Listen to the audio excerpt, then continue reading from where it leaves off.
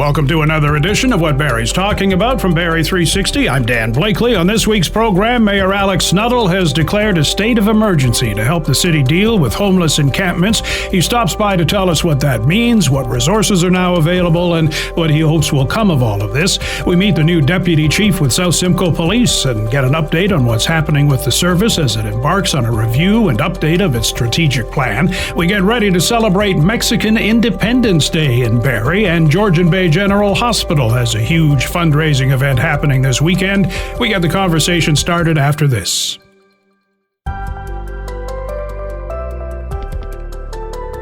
Hundreds of homeless in Barrie, many living in encampments. Mayor Alex Nuttall, not seeing any improvement in the situation, this week declared a state of emergency in hopes of getting a handle on the situation. Not an easy task and not one the city can overcome on its own. The mayor stopped by to talk about the declaration, what it means, how it works, and what he hopes the end game will be. He's with our Ian Maclennan. Why did you pick now as the time to declare a state of emergency in Barrie regarding homeless encampments? I think we had to get ready. We couldn't just act in an overnight quick reaction. We need to make sure that we plan out, we're ready, we're able to provide the services that we're saying we're going to be providing, and we need to make sure that as we move forward, that we are doing so in good faith. So we've taken a few weeks. We've worked through all of the information, the massively high E. coli levels that are going down into our lake. We worked through, obviously, the double homicide that occurred, subsequent fires, the drug dealing, and obviously the weapons and drugs and drug money that were found just recently last Wednesday, a week ago today. And so, yeah, I think that there's been a lot going on. We've had to take into consideration, and now is actually the appropriate time because we're on a good footing to be able to move forward. What is the end goal here? I mean, removing... No tents in Barrie. Sorry? No tents in Barrie. And what else? Is there more to that?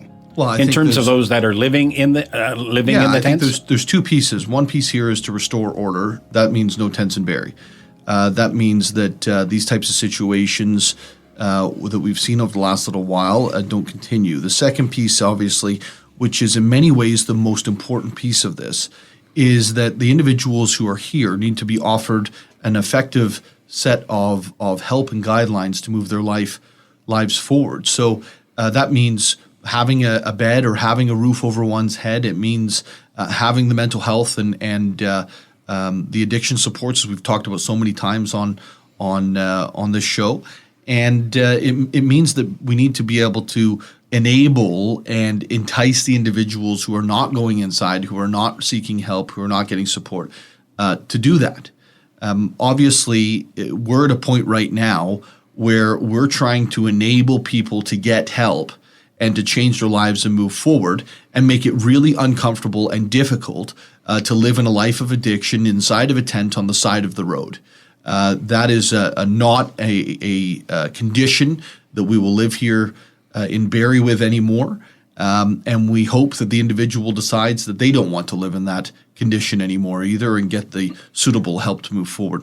How many encampments are there approximately in Barrie that you're aware of? Roughly 20. And they could be 2 tents, though, and they could be 40 tents, right? So yeah. So we have those tents along Mulcaster Street, and there's some in pockets in different areas like Mulligan's Pond, and some are off in just wooded areas where you wouldn't really see them if you're driving by. Are all those going to be removed then, or is it just those that are so visible? No tents in Barrie. No tents in Barrie.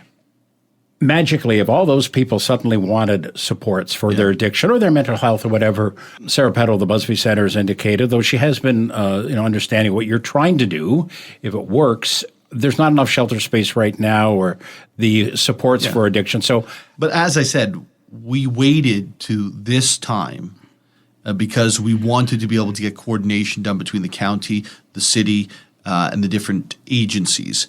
Part of that coordination is coming after the emergency has been declared, because in order to get everybody to the table, we've had to use the actual powers, right? So what happens is the chief administrative officer, or their designate, becomes in control of an emergency response team that can enforce the cooperation and obviously enforce the partnership to move forward.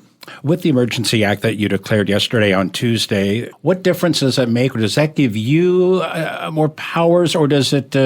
What does it mean? Yeah, what it does is it gives me the power to move forward and stop the items that are creating this state of emergency. Obviously, fentanyl is a massive part of this. Drugs are a massive part of this. Mental health issues are a massive part of this. And the result we've seen from that is, a massive increase in homelessness and lawlessness.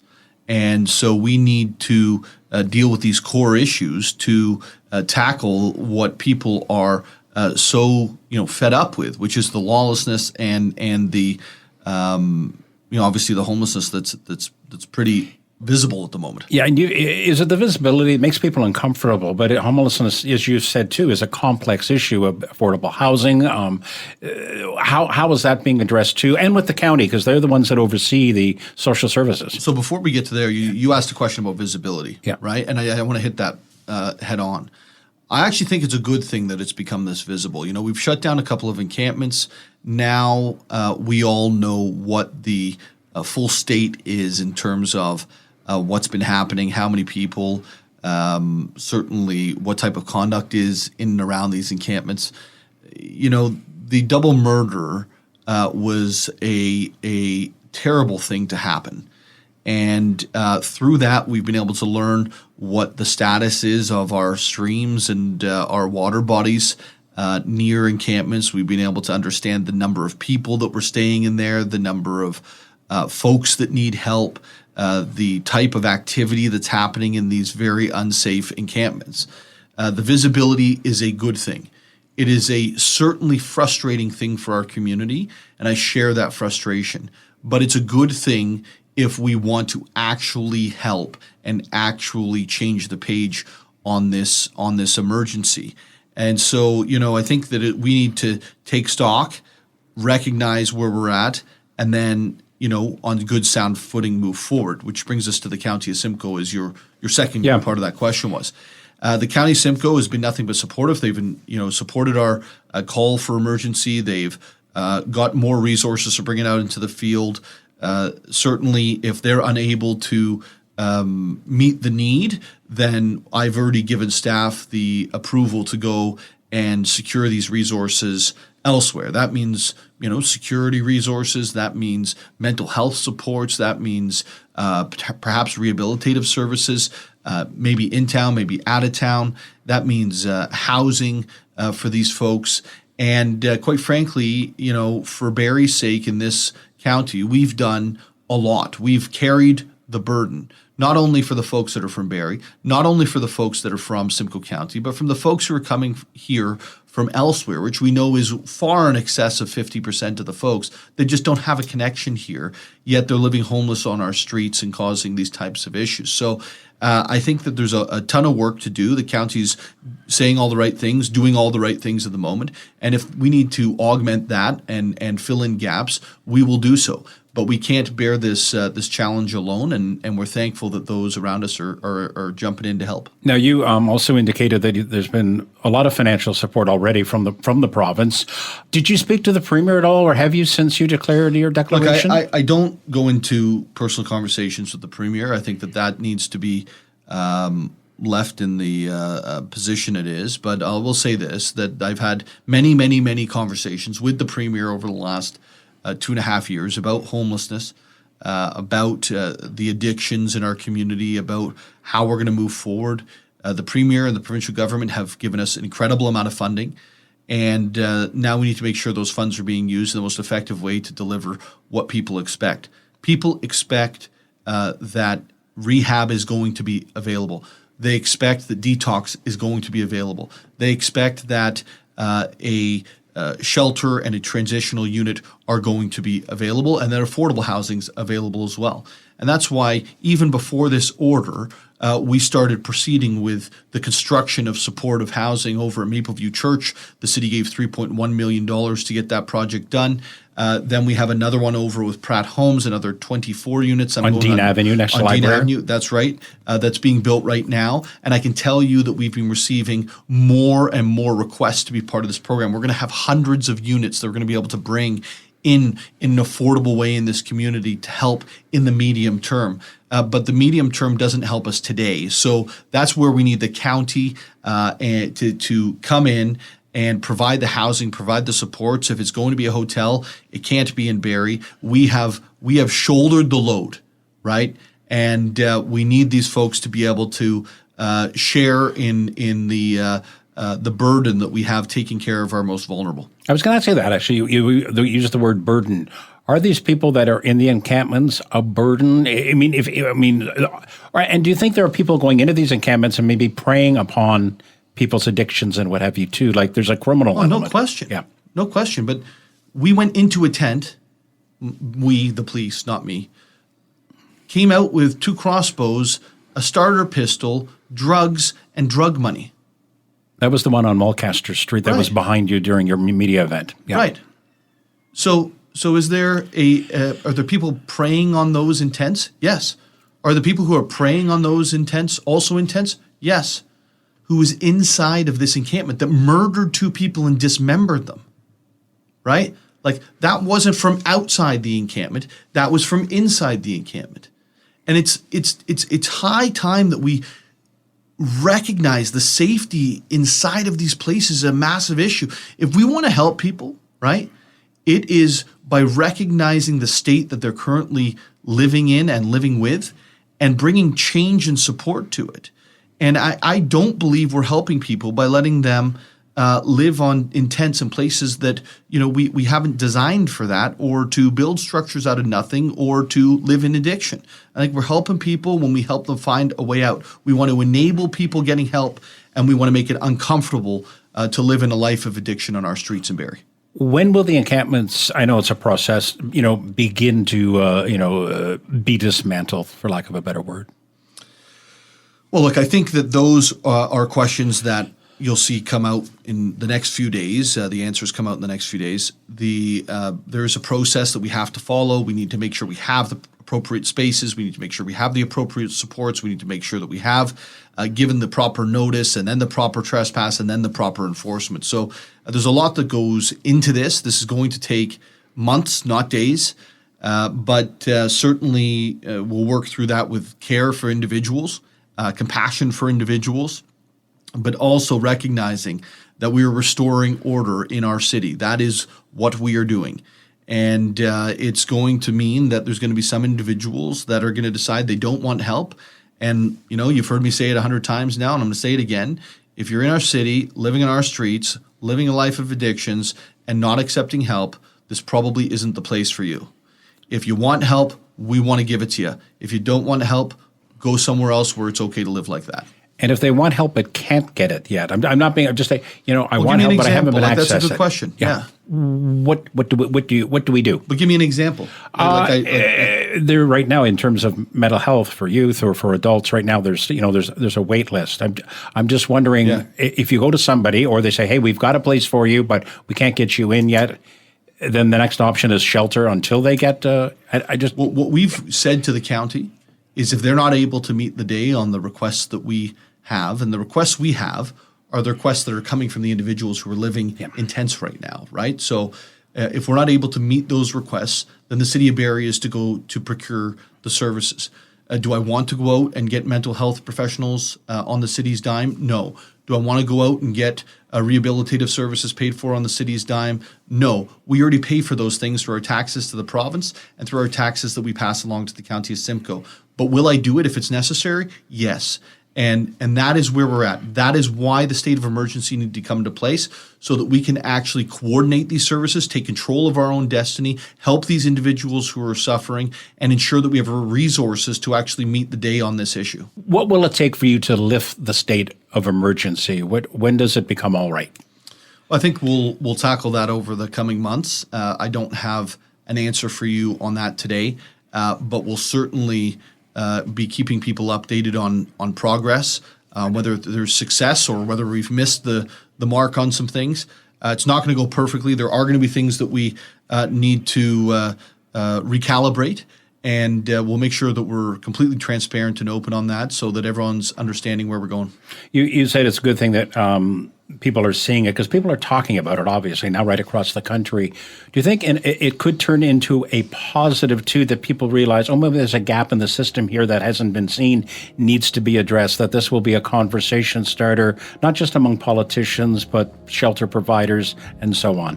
Well, I think it's probably not right to say there's a gap. I think it's more likely that there's about 20 gaps in different systems, right? And so we've been having that conversation now across the country. We've been down to Windsor, Victoria, all of our national press, and certainly we're raising awareness. But, one of the major pieces of awareness that needs to be raised here is people do not want to live anymore inside of a municipality that has disorder. They want to be able to walk their kids to the store to get them a chocolate bar and not worry about what's going to happen on the way when they pass by tents.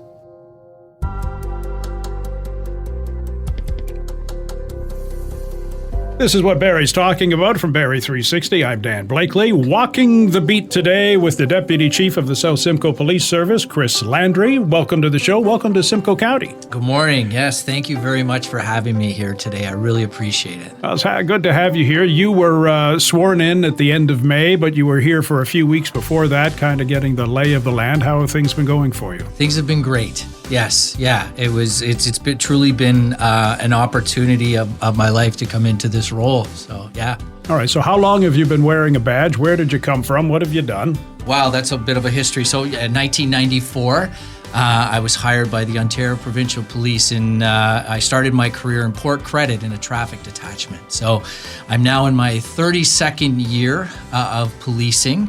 Most of my career with the Ontario Provincial Police was focused on criminal investigations. That's where I always had a detective. I was a detective constable, detective sergeant, detective staff sergeant, detective inspector, and I retired as a detective superintendent in organized crime. So I had an incredible career. I was very, very fortunate. So you retired and then came back. Yes.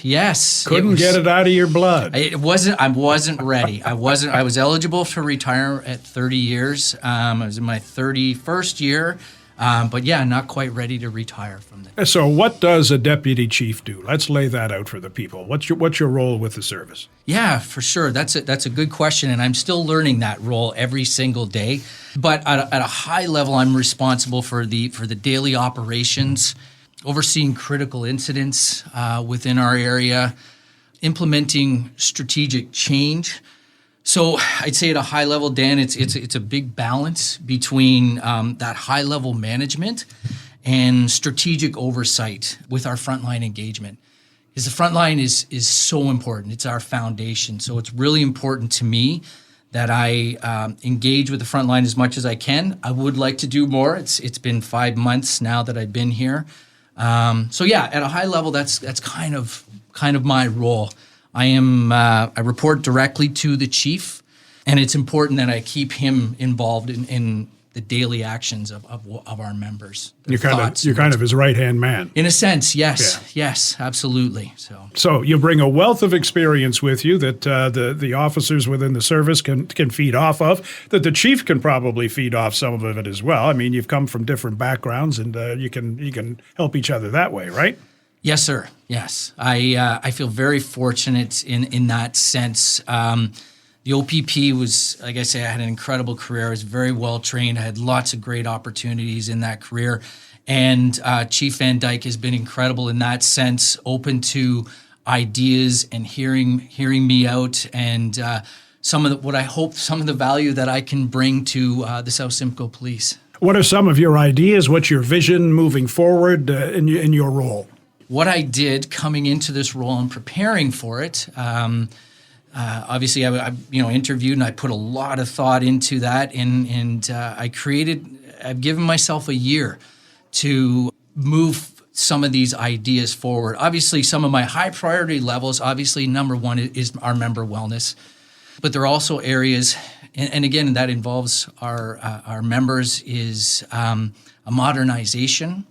Lots of my early conversations around the detachment, speaking with members, they would like to see some change. And that means modernizing through innovation, technology.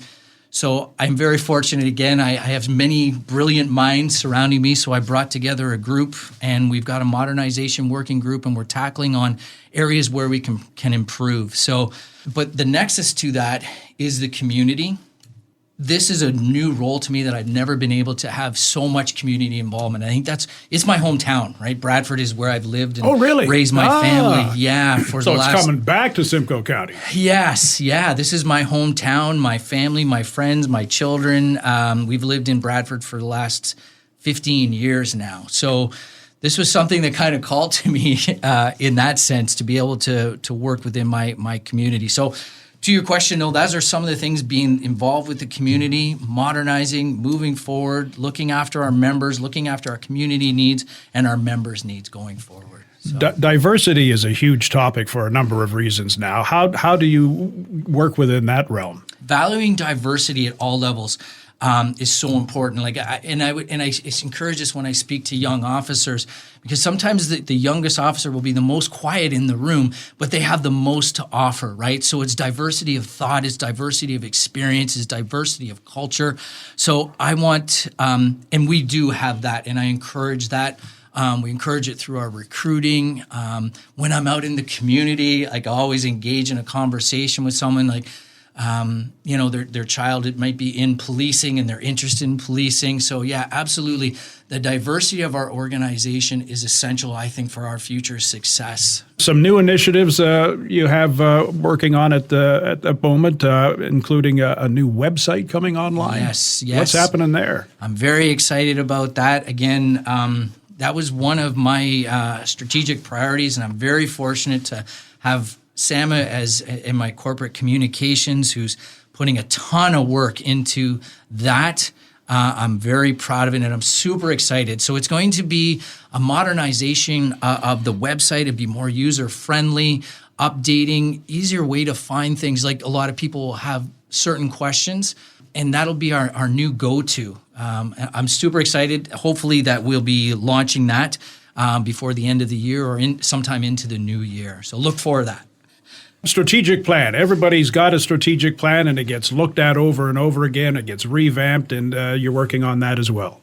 And again, many years with the Ontario Provincial Police, many strategic plans. It was important for me as a leader within the Ontario Provincial Police to understand our strategic plan. So I have that background in it. But now, as we move forward, looking at our new strategic plan, it's truly in depth. It's wide reaching. As you know, our strategic plan, it guides our mission, our vision, our values that we live by. It's our roadmap on our day-to-day work and how our members interact with each other and how we interact with our community. So we're working on a very fulsome approach right now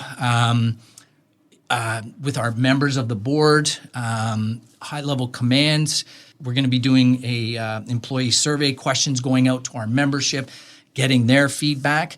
And then there's also coming is a community survey. Because like I say, this is community policing. It's so important to hear from our community members and what's important to them and what they value. So bringing all of that, reviewing it. Again, I'm very, very fortunate. I have Dr. Tori Semple, who is our business strategist, working closely with all of us to move this strategic plan forward for the next 4 years, our roadmap. We are finalizing it. We just had our final touches on it this week. I anticipate to look for that within the next few weeks. That should be out into our community. So please, I would encourage people, have your say, because we truly value that. This is a very special month, September and October as well, in terms of memorial runs and such with police, and this touches the South Simcoe community in a big way. Yes, it does. Let's talk about some of the events that are coming up and that the community can get involved in as well, not just the police service. In the month of September, we honor our officers who have made the ultimate sacrifice within the line of duty.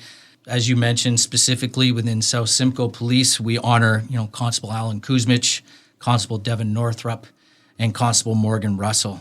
So we have the National Police Officers Memorial Run. That's a 3-day run from Toronto to Ottawa that concludes at Parliament Hill. Like I say, where our participants honor our fallen officers from across Canada from September 25th through to the 27th. And our participants, yes, they run 460 kilometers, arriving in time for our annual Canadian Police and Peace Officers Memorial service that takes place on Parliament Hill in Ottawa on September 28th at 11 a.m. Also, there's a Ride to Remember that takes place from September 24th through to the 27th, and that's where our participants will cycle from Toronto to Ottawa, which concludes at Parliament Hill. And if I could just note those members that I've had friends throughout my career, I'm so proud of them, like participating in the Memorial Run and that Ride to Remember. They've been training hard for months to prepare for that. So that's a true testament. The nice thing about this Memorial Run is you're going through communities. People come out and they cheer the officers on. They thumbs up and just thanks for all the work that you do, and we understand what you're doing now. It's truly meaningful. The support does not go unrecognized, and we see that. I attend the memorial in Ottawa every year with my family and my children, and it is a solemn moment, but it is truly a moment where you feel pride. In addition to all of these memorial services and runs, there's a Memorial Run kickoff that's taking place in Bradford. Tell us about that, because that's where the community can really get involved too. Yes, absolutely. Thank you. Yeah, and in advance of the Memorial Run and Ride to Remember to Ottawa, the South Simcoe Police will be hosting a Memorial Run kickoff. And that'll be at our South Division in Bradford, and that will be on September 24th. At 5 p.m. So this local kickoff provides an opportunity for our service members, along with their families and their friends, to honor our fallen officers through a 4-kilometer run or walk through our community of Bradford. Well, thanks for the update. Before I let you go today, because I'm sure you're going to be back another day, but let's find out some more about you. What does Deputy Chief Landry do in his spare time when he's not wearing the uniform? I'm a drummer at heart. I've got my first drum set when I was 10 years old. And my parents, believe it or not, were very supportive of that. And I've been fortunate to have some friends and, just some old guys playing some 70s, 80s, and 90s music. All right. Yeah. So, that's a true passion of mine, and that's a real outlet for me. So. Favorite drummer? Well, it's, technically Neil Peart, obviously, and then for his thunderous beats is obviously John Bonham of Led Zeppelin. And these old guys, as you put it in the band, what do you call yourselves? The band is called The Edge. The Edge? Yes. Very I know good. there's others that have had that, so, we call ourselves The Edge. Deputy Chief Landry, thanks for dropping by and giving us the update and learning a bit more about who you are and what you do and how you're helping out the community. We appreciate it. Thank you so much for having me today. It's been my honor. We'll see you again soon. For sure. Got some celebrating to do, Mexican style. Cocina Mexicana hosting a Mexican Independence Day celebration this Sunday at the restaurant on Mulcaster Street and at Meridian Place. Ricardo Sierra has been working hard on this. He lays things out for Barrie 360's Julius Hearn. That was the second year you'd be having this event. What was the original inspiration for having it in Barrie? We are very excited because this day for us, for every Mexican around the world, is very important. We have to celebrate. It doesn't matter where you are. So now, last year the city gave us the opportunity to make this event in front in the parking lot of our restaurant. But now the last year was a successful event. So now they give us the opportunity to make it bigger. So that's why we want to try to invite everybody for this day, This is going to be at Meridian Place, so just kind of downtown Barrie right there. But how much of the restaurant will still be a hub for some of the events you have going on? Okay, well, this event is hosted by the Cocina Mexicana, but we are inviting a lot of vendors. It's going to be full of fun. It's going to be food. It's going to be mariachi. It's going to be a big mariachi's coming this year. It's going to be piñatas. It's a day of celebration. How much of the festival's content will be presented in Spanish as opposed to maybe English? Last year, people around the Barrie for the Hispanic came to enjoy that event, and I think this one is gonna be bigger, the Spanish, but a lot of Canadian people were there. Actually, in the restaurant, people told me about the event, that they know that we are gonna make it again. So they told me, hey, it's gonna be mariachi. Yes. No, not every day you can hear mariachi, right? So they are very excited. So a lot of the Canadian community is gonna be there. I don't know how percentage, maybe 50-50, or maybe 70 more Hispanic people, no more Mexican people is gonna be there. Yeah. What was some of the biggest success from last year that you noticed that you're bringing back this year? I think that was the answer of the people. There was a lot of people came. It's just 11 to 5. It's just 6 hours, but a lot of people was coming in and out. So I think that's why the most important thing, because that was the city saw that and they give us the opportunity to make it bigger. For the Sunday. Since your time in Barrie, what have you noticed as the footprint and how big it is of Mexican community within the city of Barrie? I think every year is growing up, the Mexican community. City is the most beautiful city, I think, I've been living.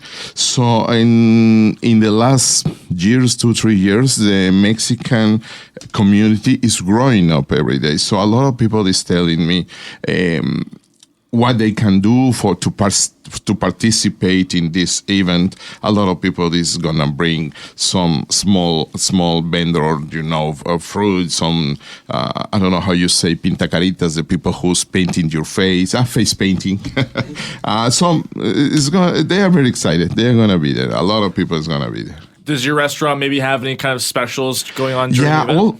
All the month we have specials in the restaurant, some drinks, some special dishes that we don't put it on our menu regularly. You mentioned the mariachi band. Maybe what are some other live entertainment that people can expect? Oh yes, it's gonna be some folklore dancers that is very popular in our country. We're gonna bring some guys. It's gonna be one singer, ranchero singer, that is famous in our restaurant. Every time we make a big event in our restaurant, he's come and gonna be singing. Are there any specific traditions that you're encouraging some of your guests to take part in?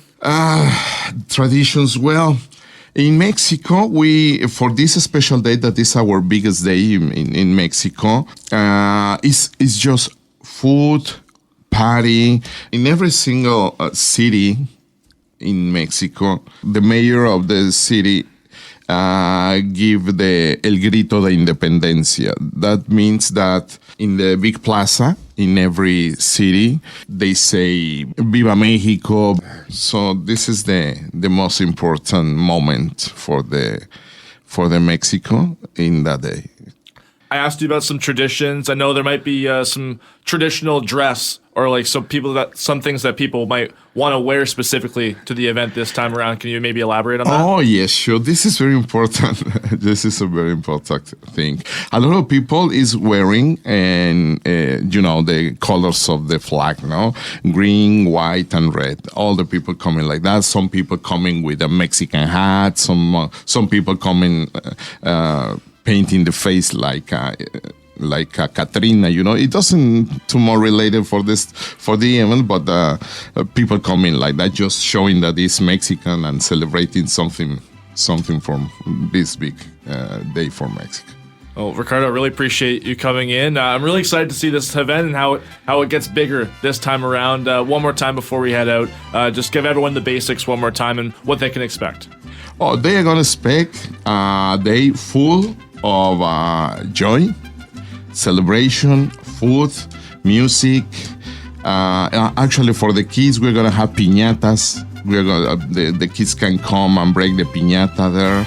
So I think it's gonna be a day complete with celebration. Yes. Ricardo, thank you for your time today. No, thank you for giving us the opportunity to invite your audience to tell the people that they are gonna come and have a very, very good day.